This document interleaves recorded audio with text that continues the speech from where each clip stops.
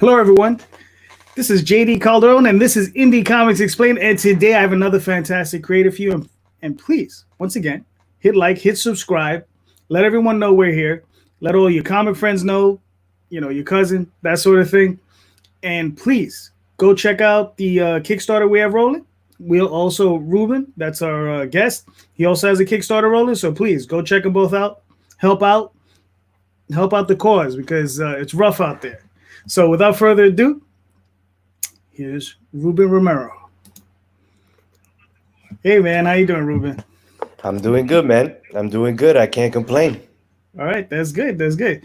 All right, so you know what? Let's get right into it. All right, so Ruben, you've been in this indie game for a little while.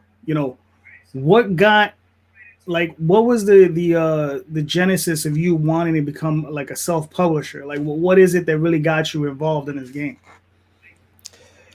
I think it was just my love for creating. Mm, I had been doing music for about 10 years,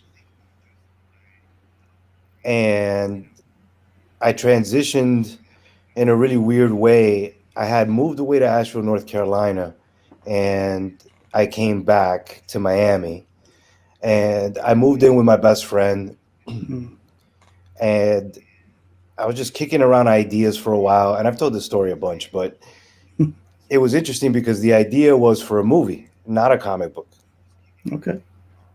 And it got to the point where I just kept on building on the idea and the characters and the story. And eventually I found out about a script competition. And at that point, I was like, well, why not? What's so hard? Let's just write a script. Let's see what Mm, happens. And we did that. And the name of the movie was called Highly Contagious. It was a zombie movie, intertwined with like a stoner comedy. mm, And it was just really out there. I kind of like almost like Zombieland meets Half Baked type of situation. right. And obviously, we didn't win the competition, but I was getting messages and DMs within the competition with people like, "Hey, man, I really like the script. It's funny. The writing's good." And I was like, "Okay, well, maybe there's something here. Maybe I can write. It's not Hmm. just music." Um, and at that point, I was left with the writing bug, and I was like, "Okay, what do we do next? Like, okay, let's write another movie." And then it became about like, okay, well, if we write a movie, how are we going to shoot it? Because Mm, at that point, I wasn't thinking indie. I was thinking like, you know, right. big budget, tentpole type of thing. Hmm. And my best friend and roommate at the time was like, "Why don't we write a comic book? You've been reading The Walking Dead. Comic books are a big thing. Like it's getting a show. Comic books are popular again. Why don't we do that?" And that's where it was born, man. Gotcha. All right, that's cool. Now, going a little bit further back, you say you were reading The Walking Dead. Like, what was your first introduction into comics? I mean, like, what were the things that you were reading that you were said, these are books that really interest me, and maybe, someday, this is something I'd want to get into. I would say probably Spider-Man, Batman. Those things really impressed me and left an impression on me from a very early age. I owned all the Marvel comics. At the time, I had all the Marvel cards. I was just a big comic book kid. I love to read. My mother gave me Stephen King books at a very early age. Steven Spielberg, George Lucas, all of those things kind of, meshed together are the things that gave me my imagination, my creativity, and all of those things I think made me the person who I am today, which is just a child in an adult's body. And I think eventually that led to me wanting to create my own thing. Got you. So, um, what would like? All right, so you were reading Walking Dead. Are there any other independents like you're like interested in at the time? Oh, definitely Joshua Williamson. Mm, I was looking at a lot of image books, uh, Nail Biter, Outcast, all of those things. Walking Dead and Robert Kirkman led me into the indie world, so to speak, and then that led me into the indie world that I'm in now, right? Which is Right. the other level, the Mhm. lower level, if you will.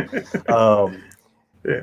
so that became very interesting because now I'm looking at people who are doing the same thing that I'm doing, Mm. and on the same path and journey. So now I'm learning from them because I'm starting to play the catch up game. So in 2014, when I first started, my friends list, didn't look the way that it looks now. My Mm. timeline didn't look the way it looks now, where it's artists and creators, pushing their things, mixed in with my own friends. So Right. it was all of those things kind of just pushed me to say, okay, I think comic books are the right medium to tell my story. Mm. Cool. Now, um, because I've been in Miami. I went, we were just talking prior to coming on. Like I've been in Miami, and the one thing I saw in Miami was a very vibrant comic book culture. You know what I mean? Like very local.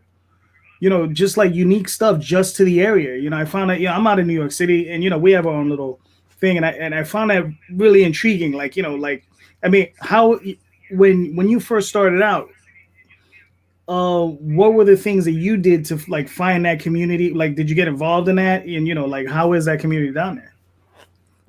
Um, hmm.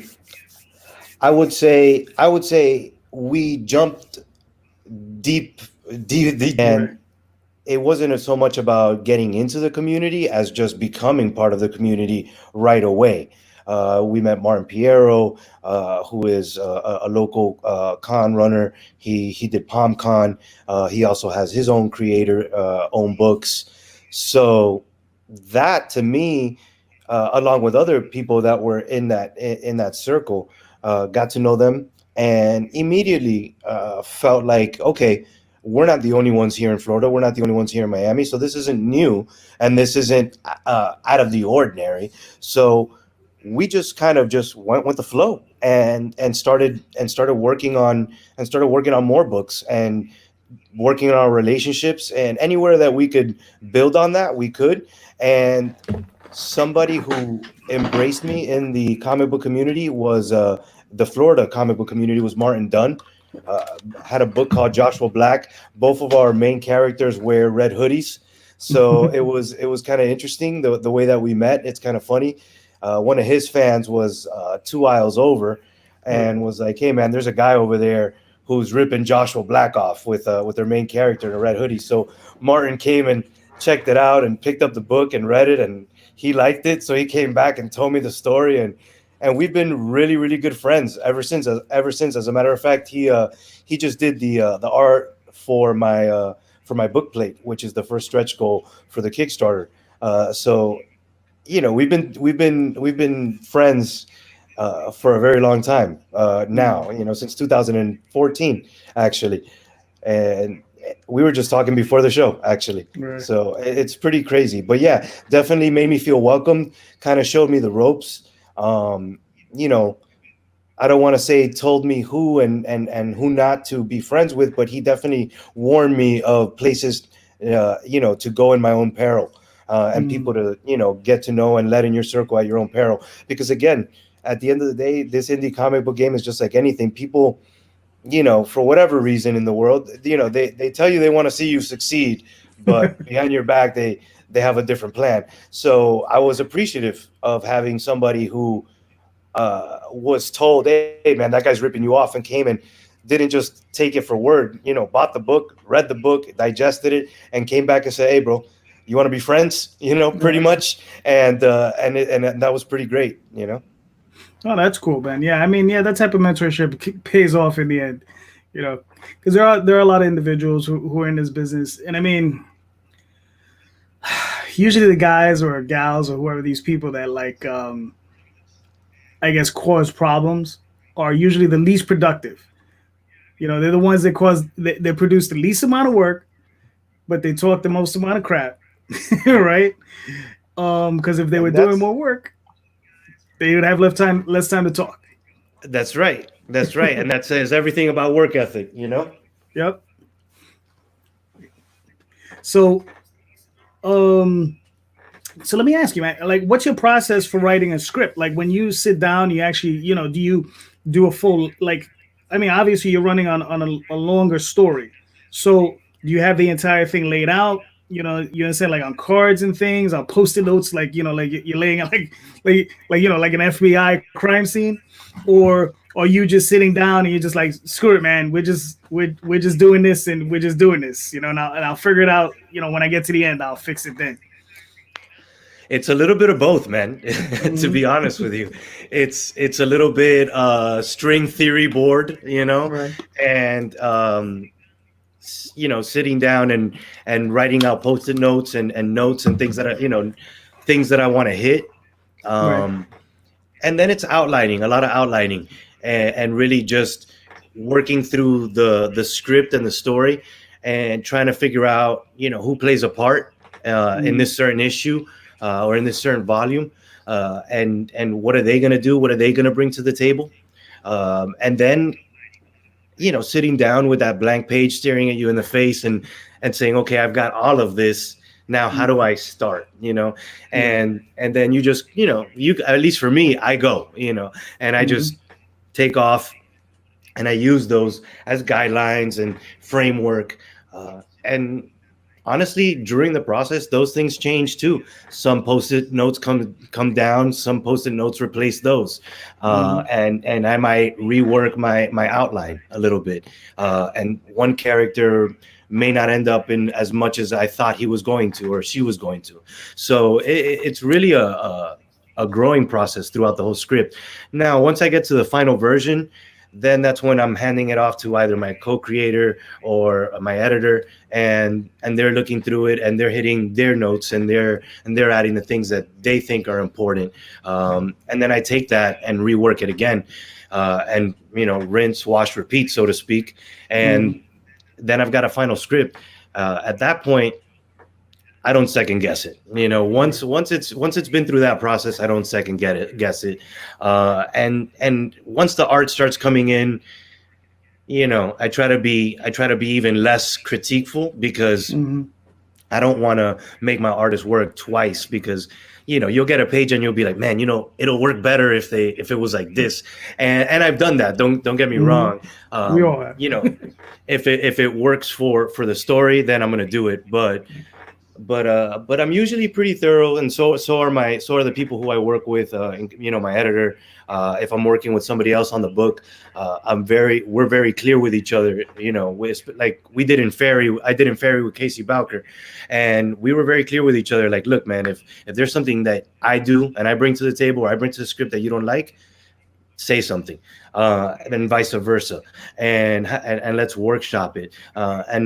And Casey, very recently, I call him my editor, but he's not. He's just a really good friend who's doing a really great job for me, and a really big favor for me. And he looks at all my new scripts, and Mm. he tells me what he thinks, free and clear. And he has no hair on his tongue in terms of like story wise. He's like, look, man, Hmm. this doesn't work. Like, I think this is kind of hits flat, or hey, I love this. Or I think it would work better this way. Or wouldn't you feel like if it was said this way? So it's just a process. That's all it is. Some people do it, in other ways. I think mine is a little bit more scatterbrained, but I think that's just because that's who I am. I'm a little bit more scattered, and I like to move from place to place. Uh, and I think, like, again, to each his own. Every process is a process. Right. It's a little different for everybody. So, all right. So I know you just did a Kickstarter for 1 through 6. Now, how far ahead are you working? Are you do you have like an end to this? Is this like this first story arc? Do you have an ending to it? Is there multiple story arcs you're looking at? Like, how's this story going to unfold? I am. I definitely got an ending. I Hmm. know what that ending is. And I'm a couple scripts past issue 6. I would say 7 and 8 are done. Hmm. 9 is in that workshop phase, and 10 has an ending, but I also have a way to continue it if it proves to be really successful on Kickstarter. Like, if I'm able to do 6 and fund, which we have, Hmm. and people come back for 7, then I'm going to start thinking about maybe pushing it past that 10th issue, just because there's a lot of fun stuff that are in the original outline Mm-hmm. that are not in those 10 issue, that is not in that condensed version that Right. I've got going on right now, that I'm looking at right now. Mm. But if it does prove successful, and it does seem like it's something that people want to dive into deeper, yeah, man, this world is big. The International Agency of Magic is large. It's not the national, it's the international. So Mm. Riley and these agents are just one pocket, are just one story in that world. So I do feel like, yes, there is a lot more that I can do with the world of the agency. All right, cool. Now, you're obviously working with an artist. Now, how did you have you? Are you working with multiple artists, or you working with the same artist throughout the entire thing? And how did you meet this guy, or how do you gather artists to you? I met Sylvester Aguilar, who is the artist on issue 6, Mm. um, probably around 2013. In 2014, we approached him to do the book. We did character designs. We drew a cover. He drew a few pages. And then we realized, like, hey, if we want to get this done, we're going to have to crank things out. Mm. Unfortunately, he could not do it because of time constraints and his job and what he was doing. Excuse me. And so we quickly moved on, and we got another artist and did the first 2 issues. Okay. And we sent it to Image and got a pitch meeting at Image. They looked at the book, and they gave us all sorts of critiques, and passed on the book. We try to edit based on those critiques with Mm. the same artist, and resubmitted again because they were kind enough to look at it one more time. And they said, yeah, the consistency is still not there, uh, you know, so on and so forth, A, B, and C. And at that point, I was like, okay, what do we do here? Because if this is Image and this is the bar, and we want to meet this bar, Right. what are we looking at, or what are we missing? Because again, I didn't know art. I Mm-hmm. didn't know what to look for. All I thought was, this looks cool. Mm-hmm. And the more I learned and the more I got the notes back from Image, and I thought, okay, these are these are the things that I need to be looking for. So I reached out to Sylvester and I asked him about that, that feedback and what I need to be looking for. And he kind of broke me down in terms of artists and what that consistency is, Mm. from page to page, and what you need to be looking for. And I said, okay. So went back to the team and said, look, I think we need to move on. And that's what we did. And then it took a couple months, but we found Eric Coda. Mm. He had done some anthology work on for Marvel on some X-Men books at the time, and we met on DeviantArt, I believe. And he was based out in California, and we loved his stuff. He started sending back character designs, and he loved the idea of the story, wanted to do it, so we jumped right in. And Mm. from there, that's it. We didn't look back for the first 5 issues. He's the one that brought the agency to life. And now, fast forward to the future, to today, we're back with Sylvester Aguilar, and he's back on issue Mm. 6. And now he has the time to do the book, and we wanted to do it together. So we took the dive, and we said, okay, well, comic books change artists all the time, especially Yeah. in the indie world. Mm-hmm. So you try to keep some consistency, and I do believe that there is two different artists, two different takes. Eric is more cinematic. He does Mm-hmm. storyboarding in LA. He did the storyboard for Daredevil and Jessica Jones on Daredevil. Nice. So like his art on issues 1 through 5 is very dynamic, Mm-hmm. as to where Sylvester is dynamic, but more along the lines of like an animated series or 90s comic book, you Mm-hmm. know. Uh, so it's very two different feels, but still the agency at its core. Cool. Nice. So I mean, you just finished your latest Kickstarter, right? Hmm. So, well, no. I mean, it's still running. I'm sorry. 8 days, Right. yeah. So you got 8 more days. That's awesome. Hopefully, you can, get a boatload more money in there. Uh, So how is like the process? Because I'm sure you did this before Kickstarter, right? You started, right? And then you started doing Kickstarter. Now, like, how do you feel it's different and it's changed between those two? Because it's, you know how it is. You know, you go out, you got your book, you go into the shows. Maybe you'll take them to, you know, whatever vendor you can get them into. Like, you know, like what was your process before Kickstarter, and what benefits have you seen from Kickstarter? Well, the genesis, as you put it, the inception of the agency came about. Like I said, in 2014. It was right after my mom passed away, and after my mom passed away, she left me some money, and she left me with some directions, in terms of using that money for something good and not just blowing it, Right. And she told me to chase my dreams, to keep pushing and doing the things that I wanted to do, and so the agency, the beginning of it was very easy for me because it was just me spending money.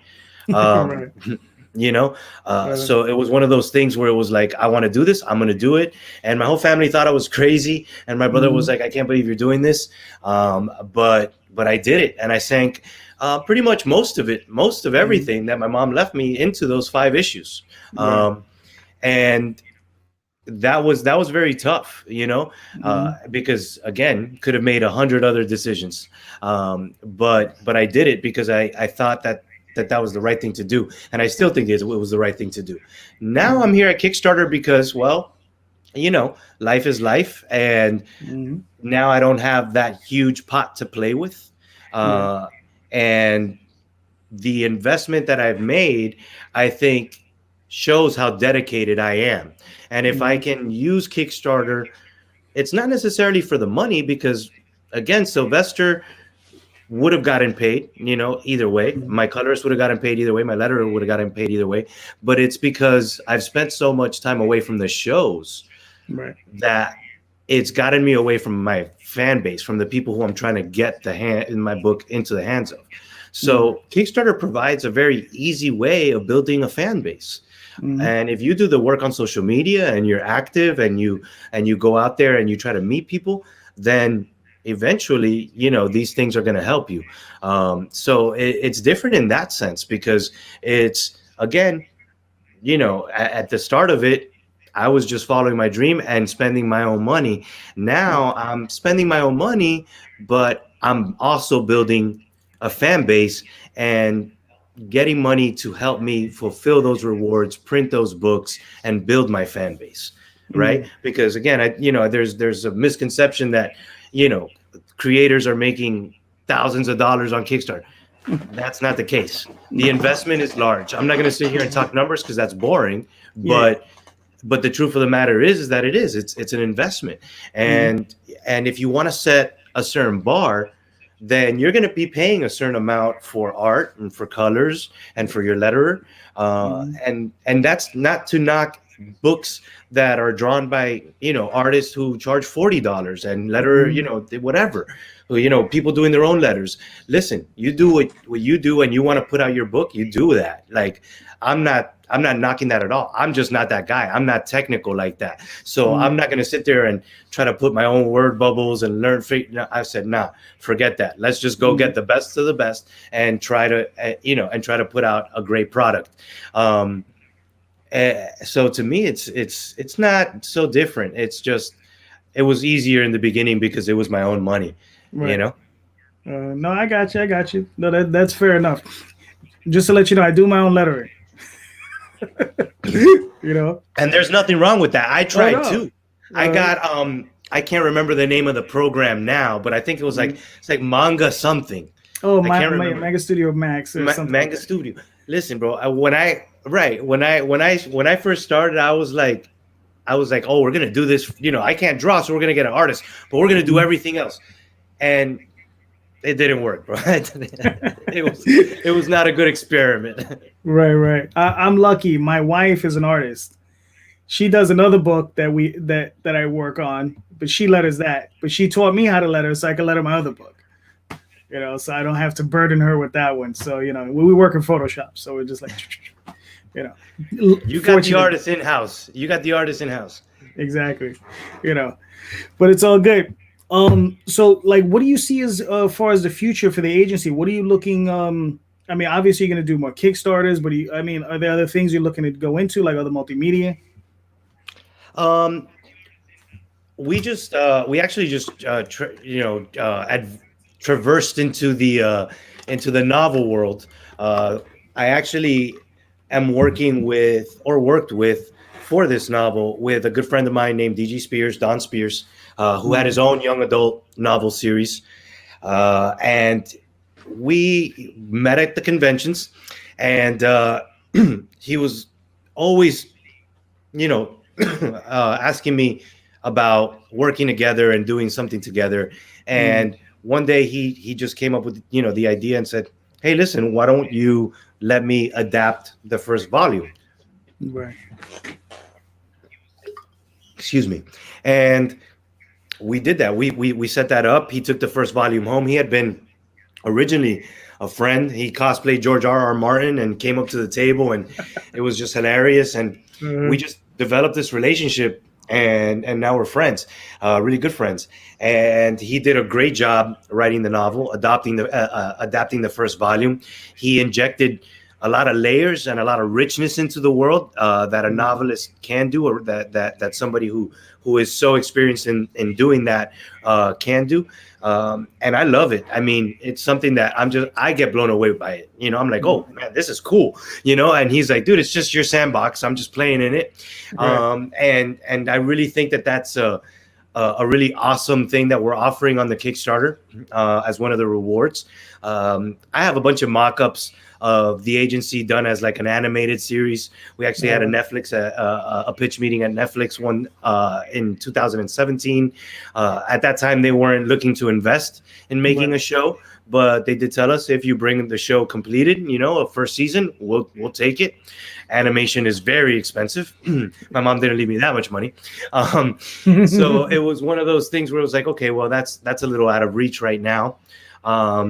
But yeah, man. I mean, I may or may not have a feature length script for a movie and a pilot episode written uh, somewhere on an external hard drive somewhere for the agency. So yeah, I mean, yeah, I would love to do it. I would love to do it. You know. oh, that's cool.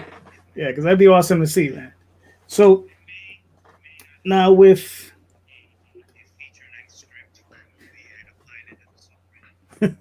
um, no, it's just a little weird. I'm getting some kind of weird reverb. Um,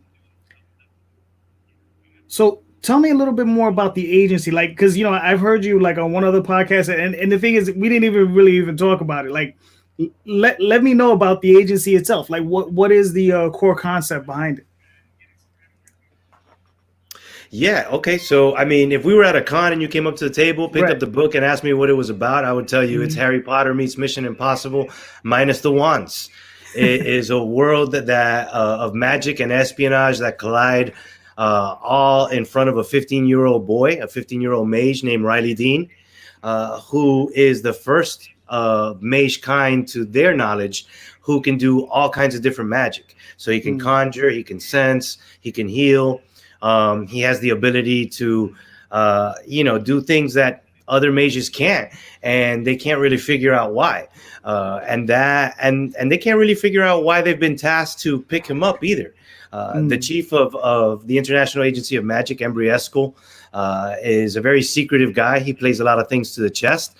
He's mm, also dealing with something that nobody knows he's dealing with. So the instructions come from him to pick him up. So it's one of those things where the card keeps turning the further you get along the story. The world that I built in the agency is our world. It's the real world. There are no made up places. There is a magical realm that you'll learn about later, but mm, if for all intents and purposes, it's set in the real world. As a matter of fact, we talk about the government. We hit some political notes sometimes. So you see that, so that you can see the kind of the contrast between the story that we're telling and the real world that we're living in. The main plot of the first volume goes all around the world, from New York to London. In the book, we go to Japan. In the novel, they go to Japan. So there's a lot of different elements, but at the end of the world, at the end of the day, it's our world that we're living in, and they are just inhabiting it. Magic is a real thing. So Right. that was like one of the major pushes for me was when we were creating was I was like, well, how do we kind of police this? We're like, if people have magic and this is the real world, we got to know that people are going to be breaking the law with it. I mean, they're just you gotta Mhm. you know Right. kind of pop into the bank and levitate a pallet of money and write out for sure, Mhm. right? So that was the reason why we came up with the IAM, the International Agency of Magic.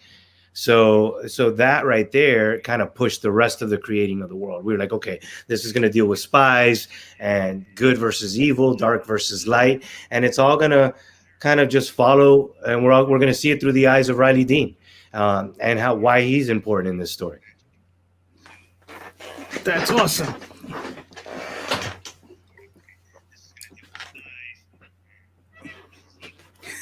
That is so weird. Like I said, I'm getting some kind of weird feedback. Oh, I've been getting it all show. That's kind of why I'm like I'm tripping over my words, because like I'm talking and I'm hearing myself talk, and I'm like, oh man, what is going on here? Yeah, that is bizarre. Yeah. Well, I mean, stuff happens, right? Yeah. So I mean,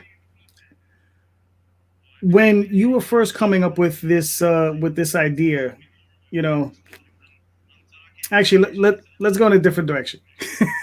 um, let's get a little bit more into like the production process of what you go through with your artists. Like like from like beginning a script to like end a script, because this is Indie Comics Explained. So sometimes I like to talk to the creators about like like when they give an artist a script, what type of script are you handing them? Are you handing them like a full blown like script, like a Marvel DC, well, DC style, panel one, script one, that sort of thing, or do you do like a little bit looser, where it's maybe a little bit more like Marvel style, where you're just like, okay, well, here's the scene, go for yours, and I'll take it and I'll script it in. What type of work do you do when you do that sort of thing?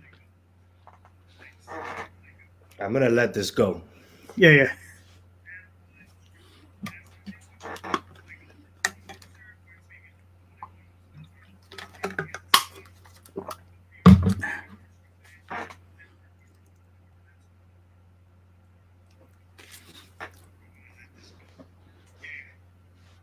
So I come from, the first thing I ever wrote was a movie script. So that to me was the base, right?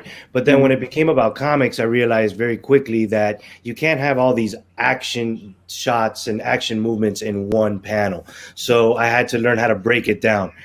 So I go panel for panel. Page one, Mhm. exterior, nighttime, you know, and then I lay out pretty much the outline of that page. Like, we are outside, we're on the street level, the street lights are on, people are walking down the sidewalk, so on and so forth. And then I focus in on the characters on the panels. So then I say, okay, character A and B are, crouched down behind a car, they're talking, and then I hit them with the dialogue. So that way Mhm. they know what that person is saying. So those facial expressions are consistent with my dialogue. Right. So yeah, I'm not Alan Moore. I don't, there's a crack on the sidewalk and a flower is, gently splitting the. No, I don't. I Mhm. don't go down to that detail. Like, Right. you know, beads of sweat are on the gray shirt. Like, no, I don't go like there. But I am. If there is something that I need to be shown, then I'm going to, make sure that it's there in the script, and that it might be, in bold, or it might be in italic, but you're definitely going to know, the artist is going to know that, hey, that is important. Or I might write everything out, and then at the bottom of the page or at the top of the page, I might include like an asterisk, artist note that says, hey, A, B, and C, I need these things to be highlighted, or I need Mhm. the art to look this way. So they do have instruction from me in a Right. lot of ways, but then in a lot of ways, there might be 4 or 5 pages straight of no no extra notes, no nothing. Like what the script says is what the script says, and what the panel says is what the panel says, and that's what it is. And they have their, their freedom, to do what Mm-hmm. they want to do and bring it how they want to bring it.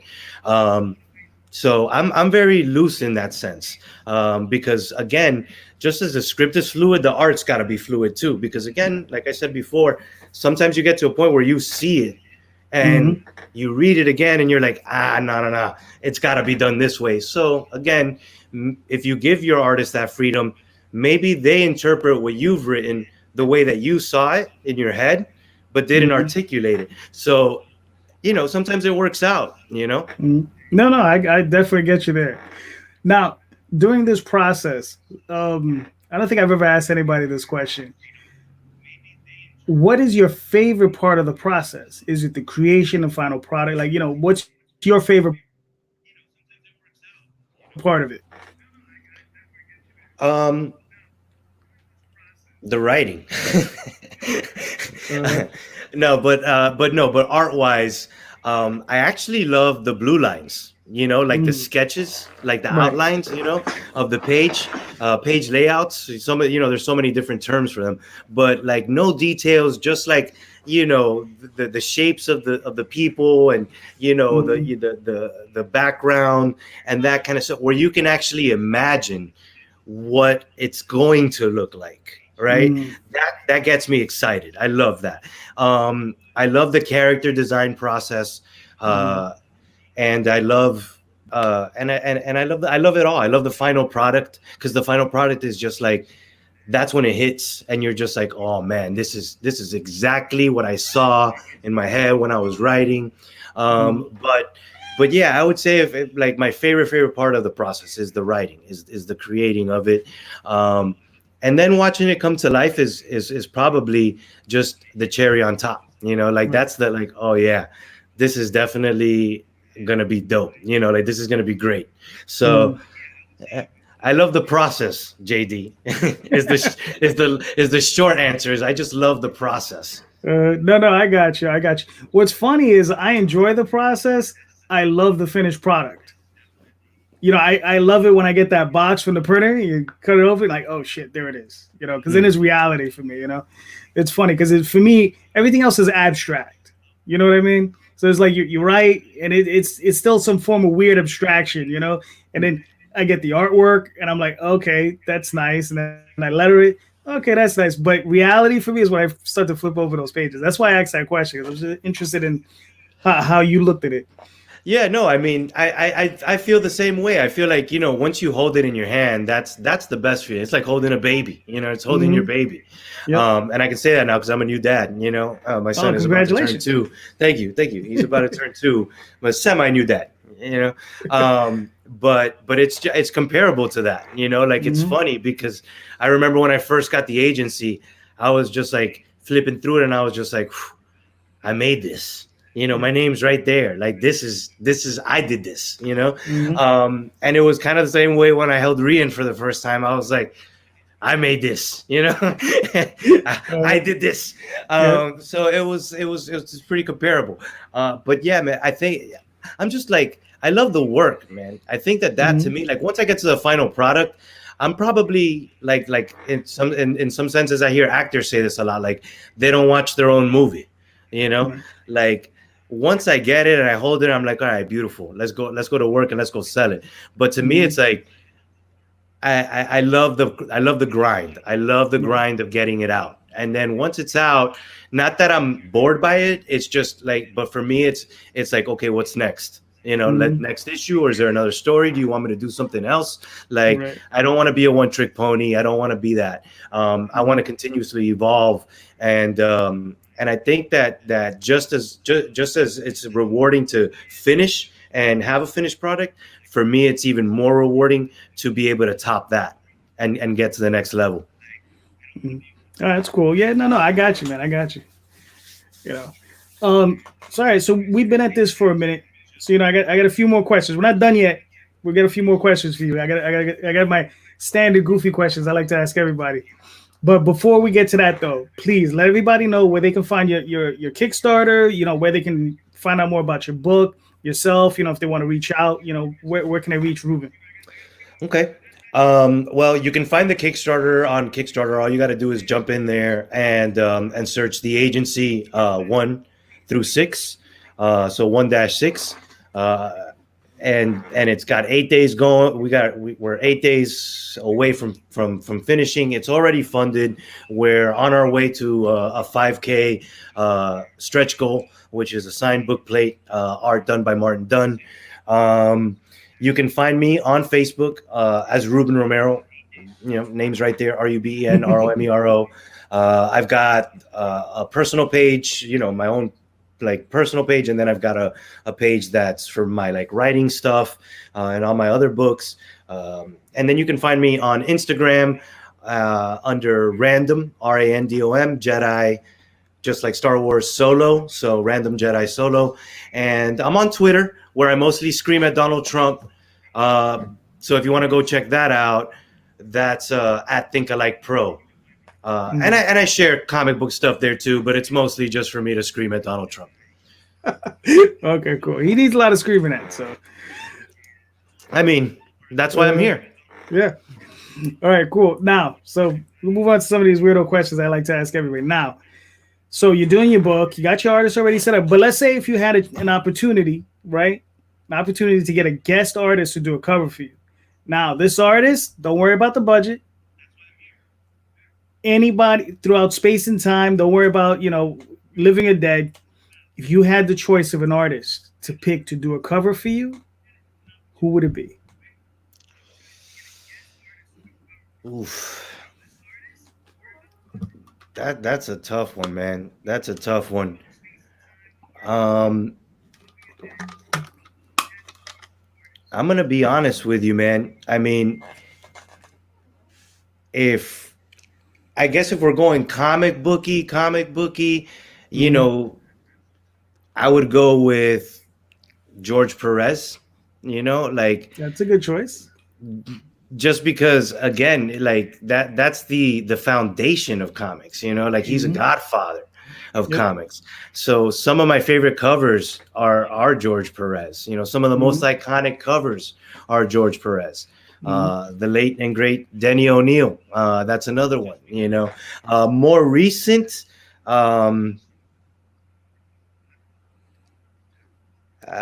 Charlie Adler from he's probably he did The Walking Dead. Okay.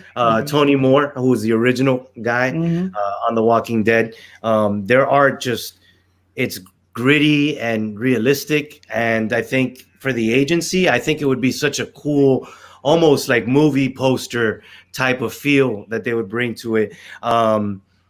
There's a couple artists on Facebook that are friends and that are doing stuff on the indie level that I would love to get covers from.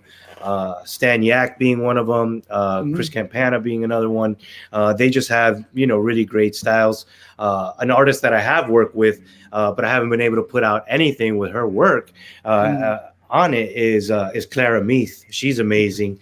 I would love to get something from her that I could publish and put out. But yeah, I mean, if we're going mainstream, man, I'm going old school, man. I'm going, George Perez, No, good choice. All right, so the next one is, so let's say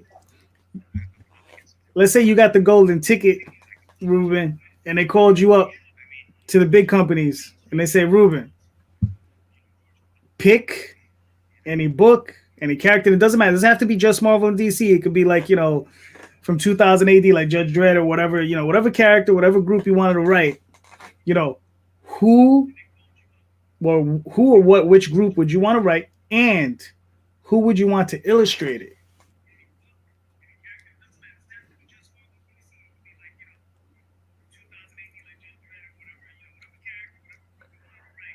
I would say Marvel.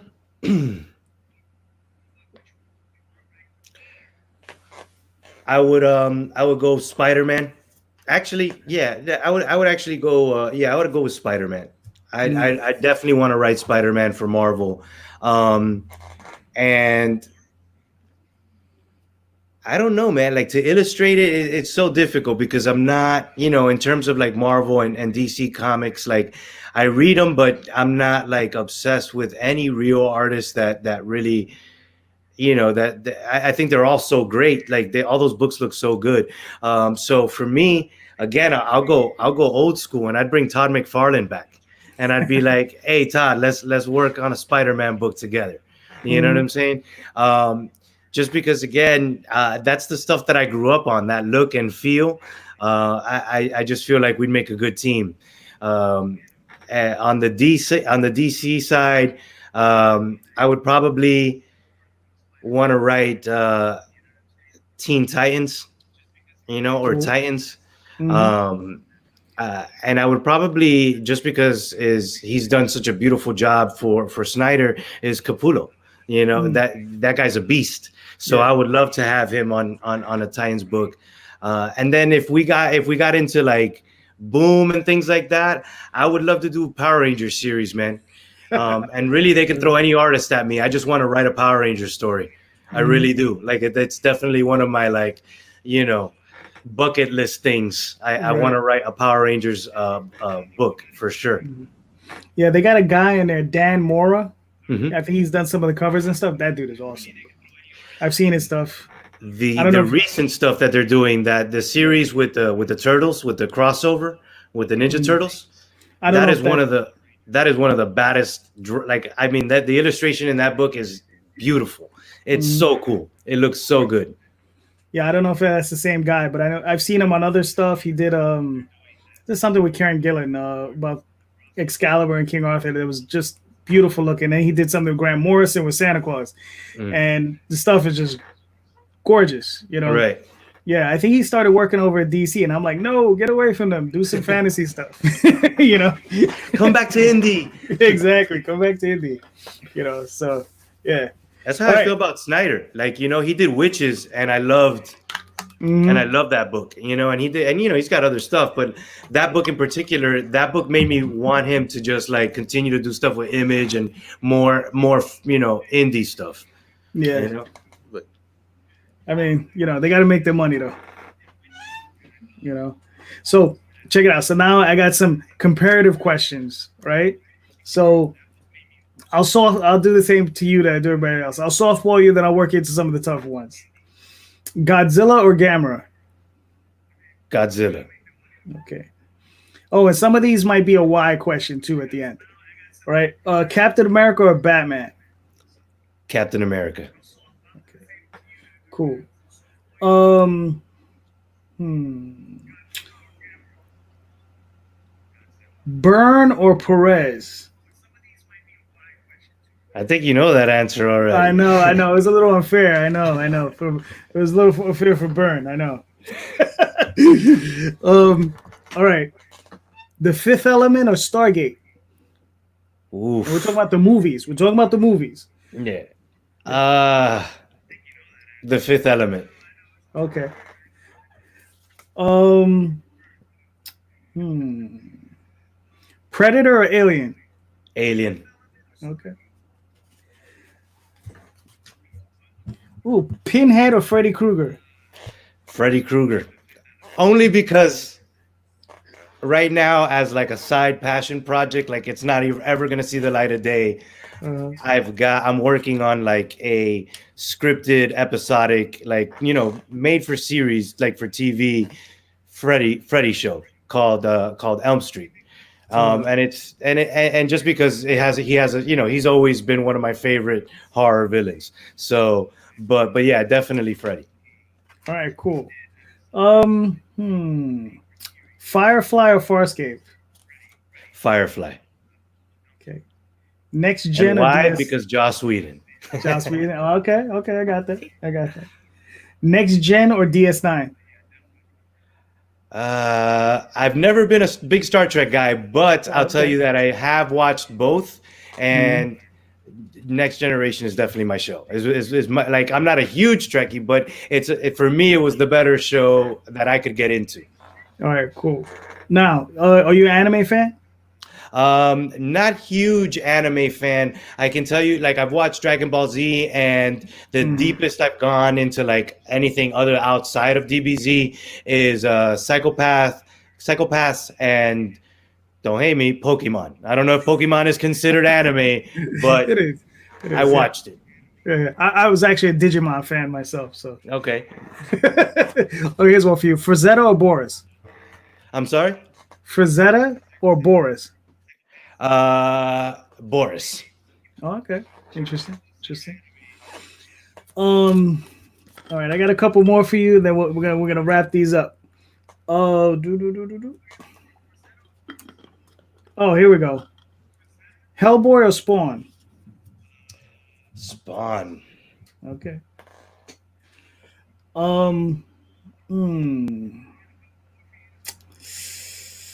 This might be unfair. Walking Dead or Dawn of the Dead? I gotta go Dawn of the Dead, man, because Okay. I'm a huge George A. Romero fan. I got to meet the man, before he passed away. Okay. We share the same last name. Yes. And I watch Night of the Living Dead at least once a month. Oh, okay. At least. All right, cool. All right, because I thought I already set myself up, because you talked about Walking Dead. I was like, okay. Yeah. Now, if you would have said Zack Snyder's Dawn of the Dead or The Walking Dead, then I probably would have gone Walking Dead. But you said Dawn of the Dead, and immediately I went George A. Romero. So No, of course. Yeah, that's the one I grew up on. All right, I'll ask you one more: Vampirella or Red Sonja? Vampirella, man. Just because I figure the chainmails, it's tough. It's a tough thing. It's a tough thing to get past. Vampirella, she's ready to go. All right, cool. So we're at the end, man. Thank you, Ruben. This was awesome. And one more time, please let everybody know where they can find you, where they can find all your work and all that good stuff. So yeah, you can check out more about the Agency Comic Book on theagencycomicbook.com. It's a really cool website, very it's interactive. You can find me on the Kickstarter. So just search The Agency 1 through 6. Got 8 days to go. We're working towards our first stretch goal. You can find me on Facebook, Instagram, and Twitter. And like I said, Facebook is Ruben Romero, Instagram is Random Jedi Solo, and Twitter is @ThinkAlikePro. So there you go. Thank you so much, folks. Please like, subscribe, go check out Ruben's Kickstarter, go check out the Tall Tales Kickstarter. Go support indie comics, man, because it's important. We're out there. We're making the alternative stuff that everybody wants. So thank you so much, and I'll be talking to you all soon. Thank you, Ruben. You were awesome. Thank you, brother.